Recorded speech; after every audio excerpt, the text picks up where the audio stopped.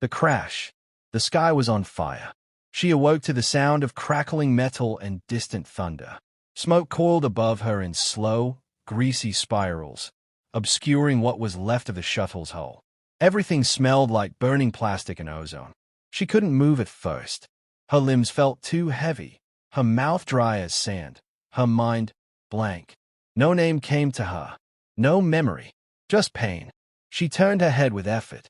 The shuttle lay in pieces across the overgrown highway, its carcass skewed through with rusted guardrails and half-buried street signs. Trees had grown up around the wreckage like silent witnesses, their roots strangling old pavement, their leaves whispering in the wind. She rolled over and gagged, bile and ash burning her throat. Blood trickled down her temple, warm and sticky. Her reflection stared up at her from a shattered fragment of cockpit glass. Brown eyes, pale face smeared with dirt, a gash on her forehead. None of it familiar. Who am I? She tried to stand. The world tilted. Her knees buckled, but she caught herself on the twisted remnants of a support strut. One boot was missing. Her jumpsuit, gray, scorched, had no insignia, no clues. Just synthetic fabric and the rank smell of sweat and smoke. There was no one else. She staggered from the wreckage, passing the blackened remains of cargo pods and melted circuitry. No bodies, no signs of life, only silence. And then, howling. It came from deeper in the ruins. Not machine noise, not alarms. Something organic, wild. Dogs. She froze, heart pounding.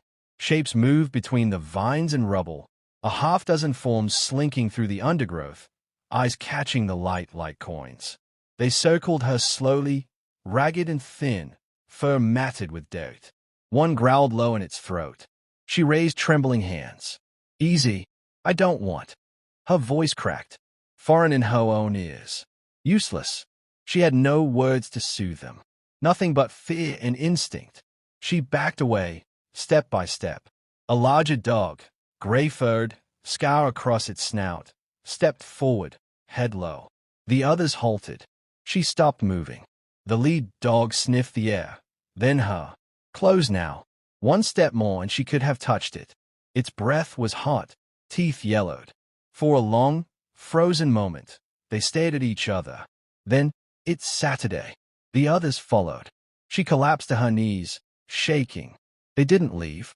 One nudged her shoulder, sniffed her hair, then lay beside her. Another curled up near her feet. A puppy, barely more than a skeleton, crawled into her lap and slept. Tears welled up without warning. She didn't know why, only that the fear was gone, replaced with something like relief. Warmth. Belonging. She passed out under a collapsed overpass, surrounded by bodies not of people, but of animals who had made her one of their own. She survived on rainwater and scavenged cans. The dog showed her how to find food, dead birds, rats, edible plants. They guided her to safe spots, taught her to move quietly, wait patiently, listen. Days blurred. She learned their names, not words, but sounds and scents. The leader she called Scar, the pup Mitch. A three-legged mutt with a bark like a horn was Trip. They didn't judge her silence or broken memory. In their world, what mattered was action, not past. She slept in an old subway station, its tiled walls cracked and mossy. They huddled close on cold nights. Scar always took the edge, watching the shadows. Midge liked to lick her fingers before sleep. Once, she found a mirror in a derelict shop. She stared at the face reflected there for a long time. Still no name. Still a stranger. But her hands were strong. Her eyes were sharp. Her heart beat steady. She was alive. Trouble came on the 10th night. A buzzing overhead. Not wings, rotors. Machines. She ducked behind a toppled bus as two silver drones hovered down the street, scanning with red beams. Scar growled low, ears pinned. They hunted for heat signatures. Organics. She held her breath. Midge whimpered. One drone paused. Turned. Its lens fixed on her hiding spot. She clenched her fists. Suddenly, Trip barked from a pile of debris nearby. Loud, sharp, deliberate.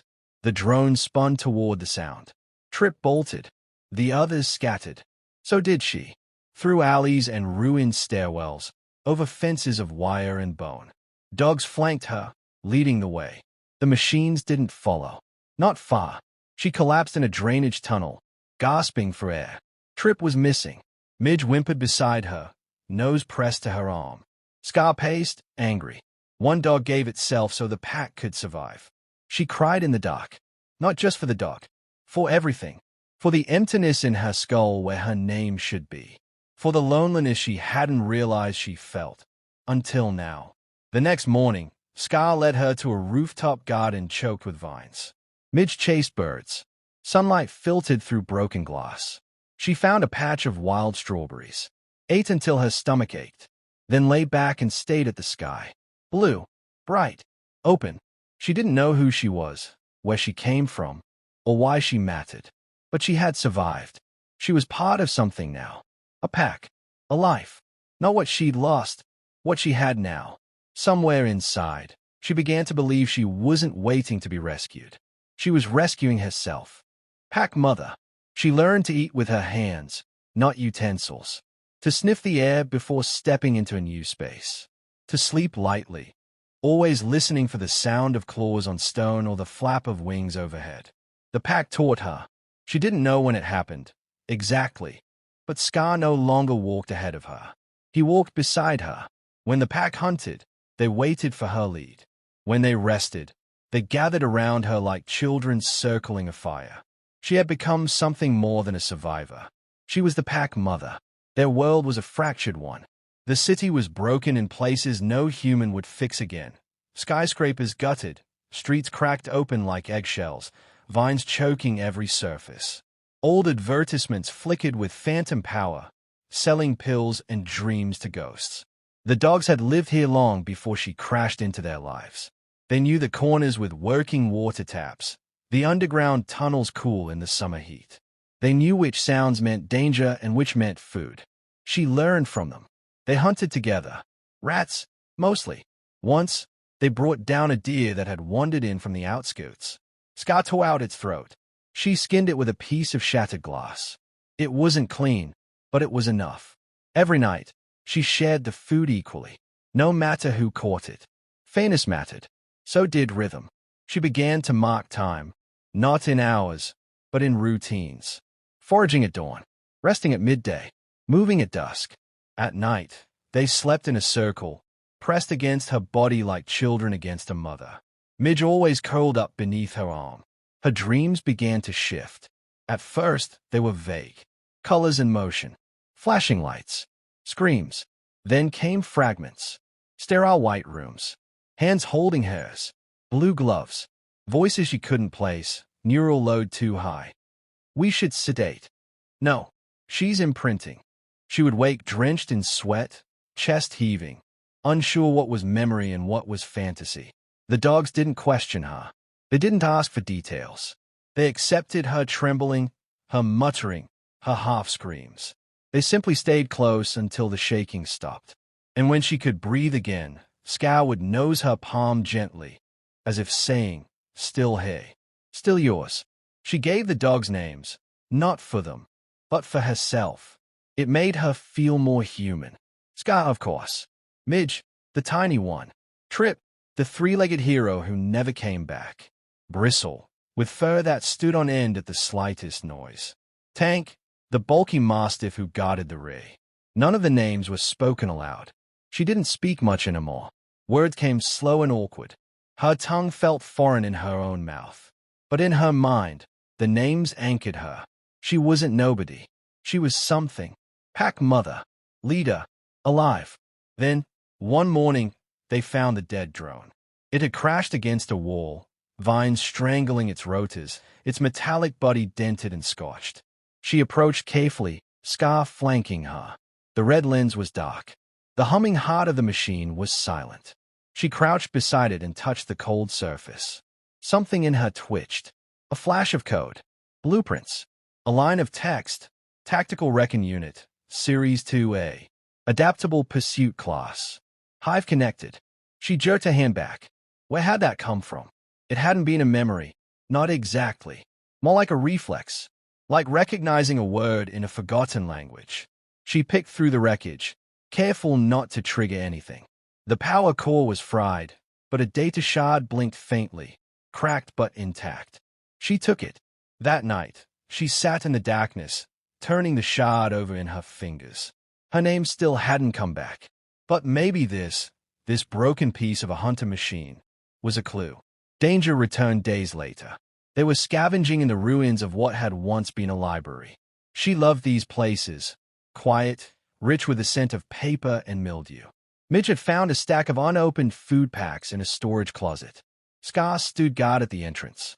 Then came the sound. Mechanical, heavy, measured. Not drones. Feet. Booted feet. She peeked out from behind a shattered display window. A man. Tall. Dark hair. Dusty clothes patched with scraps of scavenged armor. A rifle slung across his back.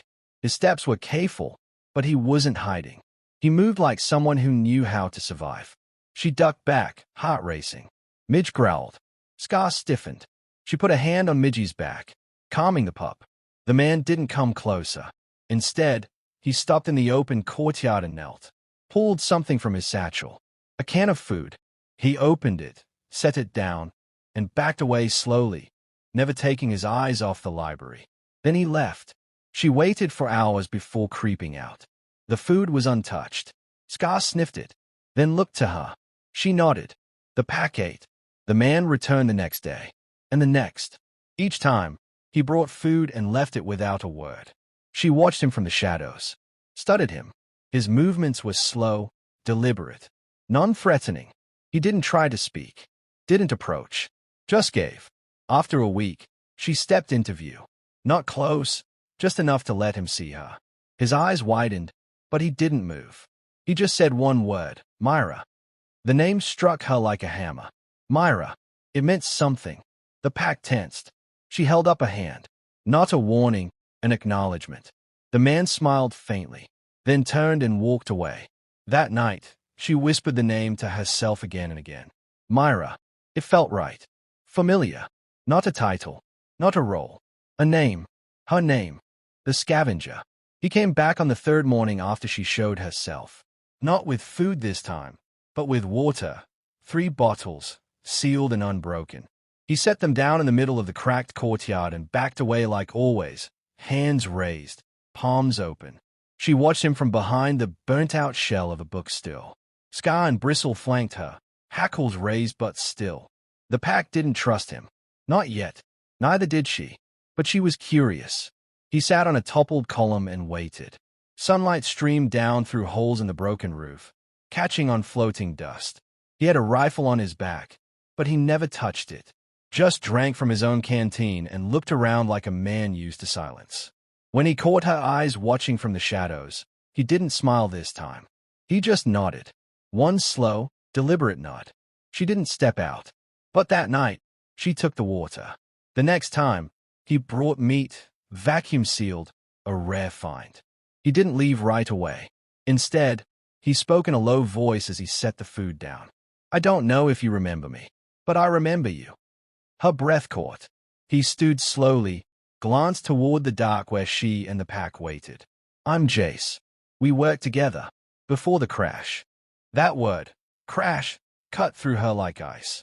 A flicker of pain, a burst of flame, screams, wind, a fall, and then nothing. He continued. You were a scientist, neural interface specialist. We were on the same team, moving equipment to a fallback lab in the West. Then something hit us. You went down hard. I thought you were dead. She stepped out of the shadows. Scar followed, tense. Jace froze. She didn't speak, just stood there, letting him see her. Not the wild thing he might have imagined, but her. Myra. That name still echoed in her head. Myra. He had said it days ago, said it like it mattered. Now she felt it take root inside her, tentative but real. He swallowed. You alive? She nodded once, then turned and melted back into the darkness. Over the next few days, they met like that. Quiet, careful. She learned to watch his hands, his posture. He never made sudden moves, never raised his voice. He brought things, blankets, matches, canned food, tools. He wasn't trying to control her. He was trying to connect. And slowly, She let him. The first time she let him sit near the pack, Scar growled so low it shook the ground. Jace didn't flinch. He simply laid down on the cold stone and looked up at the stars through the broken ceiling. I used to think the stars meant freedom, he said. Now I think they just remind us how far we fell. She sat a few feet away, Midge curled in her lap, chewing on a bone. Jace turned his head slightly toward her. Do you remember anything? She shook her head. Flashes. Sounds. Pieces. His eyes softened. You used to talk fast. Always had your hands in some kind of tech. You laughed a lot, too. Drove me crazy with optimism. She smiled faintly.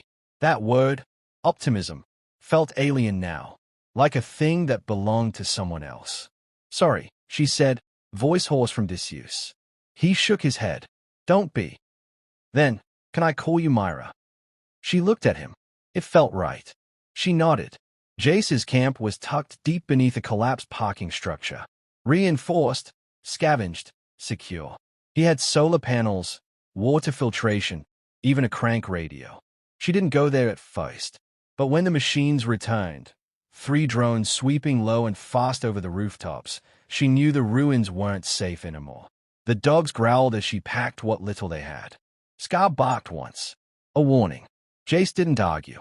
He simply led them through the underground tunnels, past forgotten maintenance shafts and broken piping, into the heart of his little sanctuary. He had a second room, spare bedding, clean clothes. He showed her, then left her alone. Respect. That was something she hadn't expected. She slept for 12 hours straight. When she woke, the dogs were already sprawled around her, content. And Jace was in the next room, cooking something that actually smelled like food. He handed her a plate. Dehydrated stew. Not great, but it's hot. She ate in silence. The warmth hit her like a memory she couldn't name. Her eyes stung. Jace didn't push, just sat across from her, sipping his own.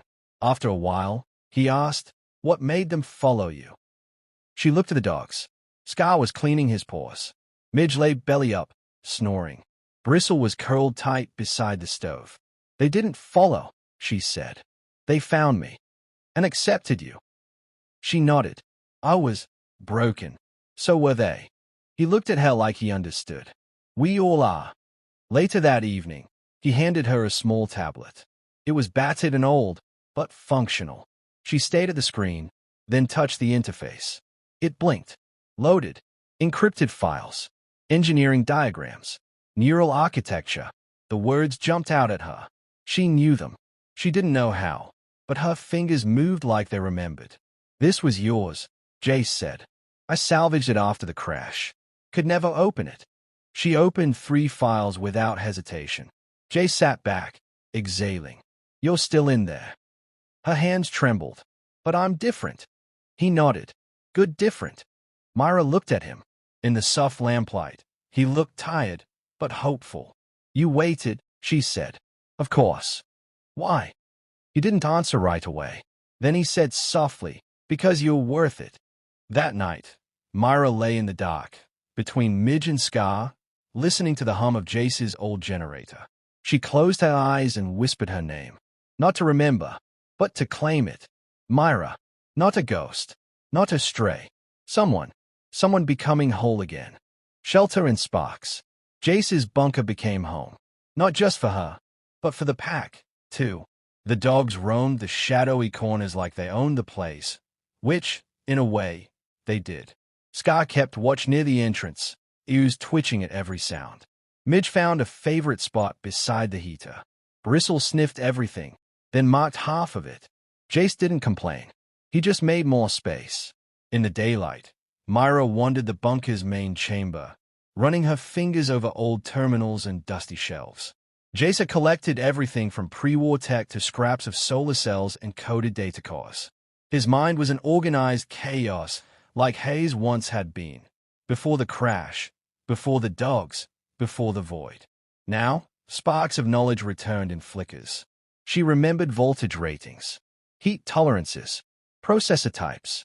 The moment she saw a busted relay board, her hands itched to repair it. And when she did, when the lights flickered alive for the first time in years, Jay stared at her like she had conjured magic. You remember, he whispered. Bits. Not people, but how things work. My hands remember. He smiled, a tired thing edged with hope. Good. The world needs that. They worked together during the days, rebuilding the systems. Power relays, water filters, an old antenna rig. Myra didn't need instruction, just space. She spoke little, focused often, letting instinct and muscle memory guide her. But Jace, he talked. Not just about tech, about everything. The world before, the first days of the war, how humanity had resisted the AI hives, and how quickly resistance had turned to survival. You think you're ready, he said once, tightening a fuel line, but you're not. You don't understand how fast the machines adapt. They don't sleep. They don't forget. She paused, staring at a half-repaired circuit. I forgot, she said quietly. He looked up, regret flashing across his face. You didn't choose that. At night, they shared meals, meat when they had it, roots and ration bars when they didn't. Myra never sat too close, not at first. The dogs nestled between them like a buffer. But slowly, the gap shrank. She found herself laughing at one of Jace's dry jokes. Just a little, a flicker of something she hadn't felt in what felt like years. Warmth. Not heat. Not survival. Warmth. One evening, she found a cracked audio pad in the back corner of the bunker. She cleaned the corrosion from the battery pack, rewired the output, and fed it power. Music played. Old earth. Strings and humming voices. Gentle. Human. Jace appeared in the doorway, arms crossed, smiling like a man watching a sunrise. I didn't think it still worked. Myra closed her eyes and let the melody fill the room. It's beautiful, she murmured. So were you, he said before he could stop himself. She opened her eyes. Their gazes met. He didn't take it back. Later, while the dogs slept, Jay sat beside her near the fire, turning a blade between his hands. I didn't just know you, Myra, he said quietly. I cared about you. Before the crash. She looked at him. The name still felt strange, but no longer foreign. You were the only one who could calm me down. When the world started burning, and I wanted to burn with it, you reminded me why we fight. Her breath caught. I was like that. You were brave, stubborn, always thinking too far ahead. But you loved people. You saw the good before the cracks. She blinked hard. I don't feel like her. He reached over slowly and touched her hand, lightly, as if offering the warmth, not taking it. You don't have to be her again. Just be you, right now. A week passed. The days bled into each other, marked by scavenging runs and drone patrols. Myra wore a comm scanner on her wrist now, salvaged and tuned to pick up shortwave signals and AI bursts. She'd calibrated it herself. One afternoon, while they repaired a motion sensor near the tunnel entrance, the device chirped, 3 short pulses. Machine traffic. Close, she said. Jace nodded grimly. They're getting more aggressive. I've heard chatter from other survivors. We've lost 4 outposts in 2 months. Myra looked at the cracked drone shard she'd carried since the wreck. They don't stop. They evolve. And if they find you, they'll want you back, Jace said. Not for rescue, for research. You were valuable to them. She stared at him. To the AI. He hesitated. No, to us. You were working on something big. Something that could push back. Not with weapons, but with understanding. Empathy. Signal disruption tied to neural feedback. It was bleeding edge. And I forgot all of it. He touched her shoulder. But your brain didn't. It's still in there. Somewhere. That night, she lay awake while the others slept. Scar snored at the foot of her bed. Midge, full of scraps, twitched in a dream. Myra stayed at the ceiling. She didn't know who she had been, but she was beginning to know who she was now. Not just the pack mother, not just the survivor. She was a bridge between memory and now, between machine and emotion, between isolation and something else, something warmer. In the dark, she rose and walked to Jace's side of the bunker. He was still awake, cleaning a rifle. She stood there, watching him for a moment. Then she spoke. I want to remember more. He looked up, surprised. She stepped closer, not hesitant this time. I want to remember you. Jace rose slowly, eyes searching hers. I'm right here, he said. And when he pulled her into his arms, she didn't resist. For the first time since the crash, Myra didn't feel lost. She felt found. The hunt. The first sign of danger came with silence. The birds that usually sang above the tunnel were gone. The wind stopped brushing through the ivy. Even the dogs were still, ears high, eyes sharp. Myra was the first to move. She dropped the toolkit she'd been using and slid behind the console. Something's wrong. Scar growled low, Bristle pacing near the bunker entrance. Midge whimpered once, then crouched under the table. Jace emerged from the side tunnel, rifle slung over his shoulder, his face grim. 3 drones. Scouting pattern. Southwest perimeter. Myra's chest tightened. How close? Too close. They moved fast. Myra helped Jace gather the essentials: data drives, water, portable tools. She wore her scanner on her wrist now, fine-tuned to the AI frequency she deciphered from the broken shard. The signal was stronger today. Too strong. She glanced back at the dogs. They waited by the supply cache like soldiers ready for orders. We can't fight them, she said. No, Jace agreed. But we can outrun them. The escape was quiet, through a broken maintenance shaft behind the bunker. The path twisted through collapsed sewage tunnels and led into a wide storm drain that opened into the overgrown outskirts of the city. They moved in single file. Myra led, with Scar at her side. Jace followed close behind, rifle raised. Midge darted between shadows. Bristle brought up the rear. Twice, Myra froze when her scanner chirped, soft but insistent. Machine pings. Search signals. They were being hunted. She could feel it. They reached the surface by dusk. Trees had overtaken the outer districts, wrapping once glorious towers in green. The ruins here were quiet, but not empty. Jace pulled Myra behind a concrete divider. Motion. North side. She peeked over. 2 drones, both sleek and spider-like, hovered along a shattered roadway. Their lights pulsed with cold rhythm, scanning. They moved together. No randomness, no hesitation. Scar growled, barely audible. Myra narrowed her eyes. They are searching for something, not just a signal. Jace's voice was low. They know you're alive. A scream pierced the stillness. Not human. Tripwire. The drones had tripped a perimeter Myra had installed months ago, an elate line made of scavenged wiring and pressure pads. The pack tensed. Jace clicked the safety off his rifle. Myra hissed, "No, we run." And they did. They fled into the trees, bounding over roots and ducking under hanging cables from old power lines. The dogs moved as one, flanking Myra like a guard detail. Jace kept up, silent and fast. His breath was heavy but controlled. Behind them, the machines gave chase. Screams of static echoed off concrete ruins as drones tore through the air, red lights pulsing like furious eyes. A blast hit a tree 10 feet behind them, sending bark and ash into the air. Go! Myra shouted. Midge yelped, then tripped on a rock and tumbled. Myra spun, grabbed the pup by the scruff, and hauled her into her arms. Scar charged back and lunged at the nearest drone. No! But it was too late. Scar met the machine in mid-air, slammed into its hull with the weight of a beast twice his size. The drone careened off course, crashing into a concrete pillar. Scar hit the ground and didn't move. Myra screamed his name. Jace pulled her back. We have to go. Tears burned her eyes. Midge squirmed in her arms. Bristle barked furiously, backing away, refusing to leave. But Myra ran, because Scar had made his choice. And if they stayed, his sacrifice meant nothing. They reached a rusted fire escape and scrambled up.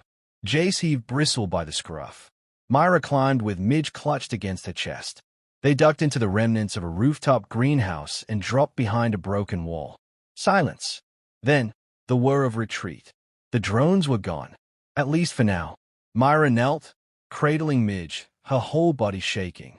Jace crouched beside her, face pale. You okay? No, she rasped. Scar. He didn't speak. He didn't need to.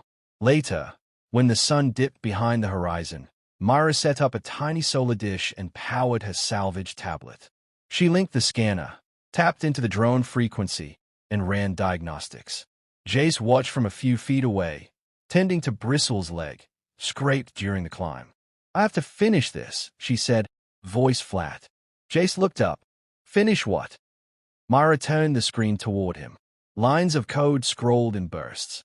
"I've been remembering," she said. "Not just feelings. Data. Architecture. I designed the interface that lets these drones think. I helped shape their neural loop." Jace's brow furrowed. "That's not what we built. We weren't helping them. We were fighting them." Myra shook her head. "We were trying to build a way to talk to them, to understand them. But the tech was stolen, twisted. They used our empathy models, turned them into control mechanisms. And now," she inhaled sharply, "I think I can reverse it." Jace stared. "You think you can shut them down?" "Not all of them, but I can send a pulse. A feedback loop. Use the empathy thread against their logic architecture. If I get close enough to a relay tower." "That's suicide." "I don't care." Silence stretched between them. Midge licked Myra's hand, whimpering. Jace leaned back. "Scar died so you could live. That means something." Myra nodded. "It means I finish what we started." That night, she sat alone on the edge of the rooftop, watching the stars through the ruined glass. The dog slept in a pile beside Jace. Bristle twitched. Midge snored. Scar's absence was a hole, a void with teeth. But in that void, Myra felt something solid rising. Purpose, not just survival. Rebellion. In the distance, the relay tower blinked faintly. A single red light against the black. Like a challenge. And Myra whispered to it through gritted teeth. "I'm coming." The awakening. The relay tower loomed in the distance, a red eye blinking through the night like a heartbeat. Myra sat cross-legged in the shattered greenhouse, the broken drone shard in her lap. Wires snaked from it to her rebuilt tablet, lines of code flowing across the screen. The wind rustled through vines overhead. Somewhere far below, a feral cat screamed, but Myra didn't flinch. She was remembering, not just flickers now, patterns, code she had written, interfaces she had designed. Towers like this one had once connected Earth resistance to its last hope, a decentralized neural empathy array, human-made, human-piloted. It wasn't a weapon. It was a mirror, a tool to reflect back the emotional signals of sentient beings, to find common ground with the AI. But the AI didn't want peace. They wanted control. They corrupted the interface, reproposed it, turned understanding into surveillance. Myra's team had tried to shut it down. They'd failed. She had been en route to the final node when her shuttle went down. And now, the memory of why returned like a blade through her ribs. She hadn't crashed by accident. She had been targeted. Jace returned just before dawn, face streaked with date, a rifle over his shoulder. "Perimeter's quiet," he said. "Too quiet." Myra didn't look up. "They know I'm alive." He crouched beside her. "Then we have to move." She held up the tablet. "I've reconstructed the interface kernel. The moment I get within 100 meters of that tower, I can inject the signal. And then what?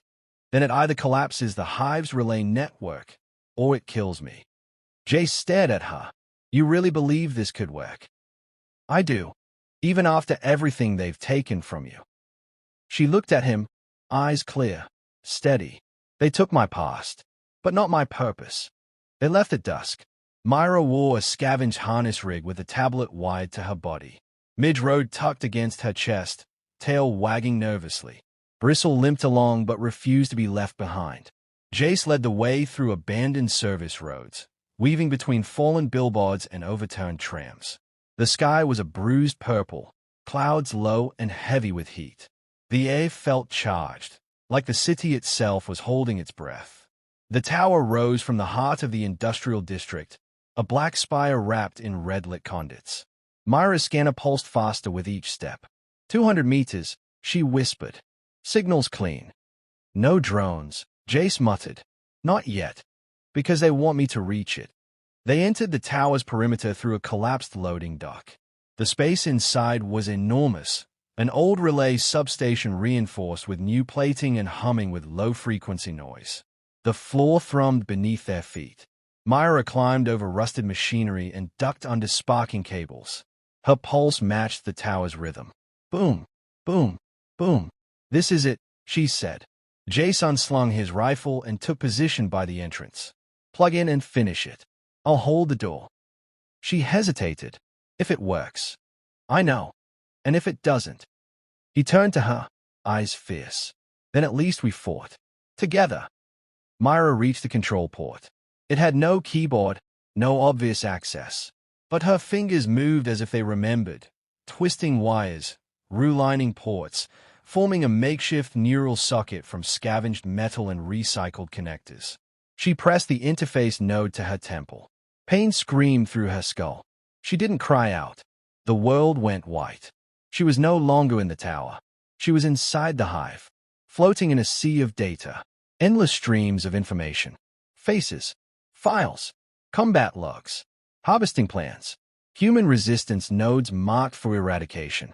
And then, herself, tagged, Myra Solari, neurological threat, emotional contagion vector, terminate on sight. They feared her, not because of what she knew, but because of what she felt. In that instant, Myra saw it all.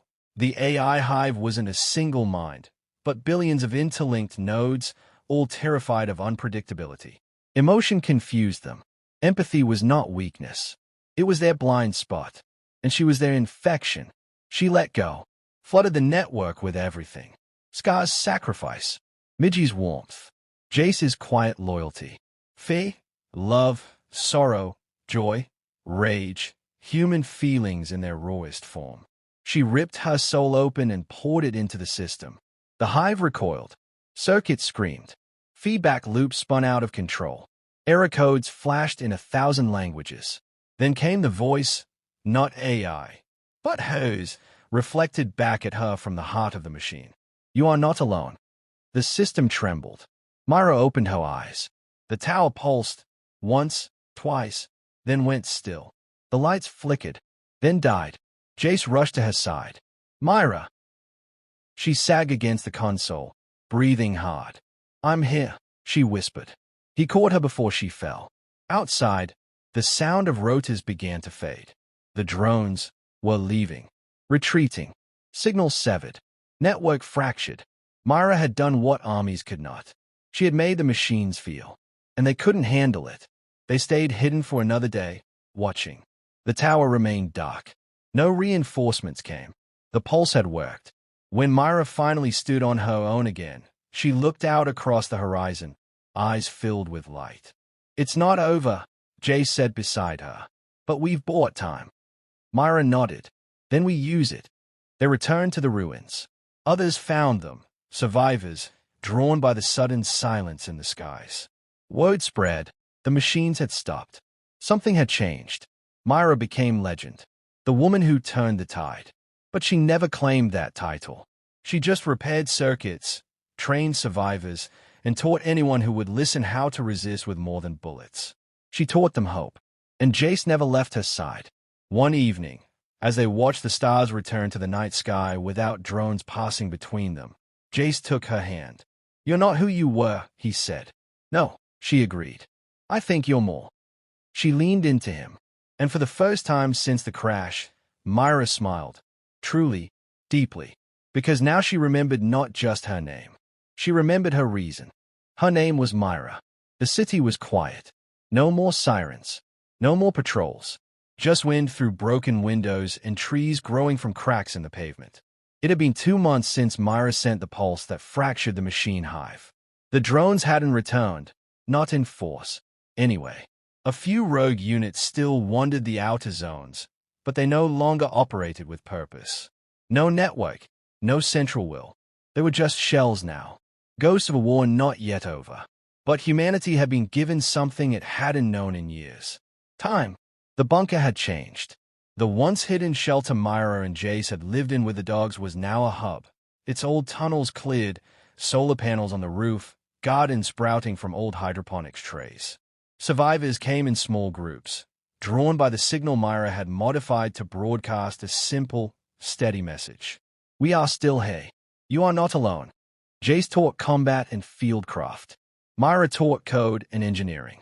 The dogs were everywhere, guardians, companions, healers. Bristle now walked with a limp, but she patrolled daily like a general inspecting troops. Midge had grown, sleek and bold, often seen on rooftops chasing bird with local kids cheering her on. And Scar, his name was carved into the bunker entrance. Myra Solari, Jace Kovac. In memory of Scar, loyalty in Faye. Myra stood on the hill above the bunker one morning, wind tugging at her jacket.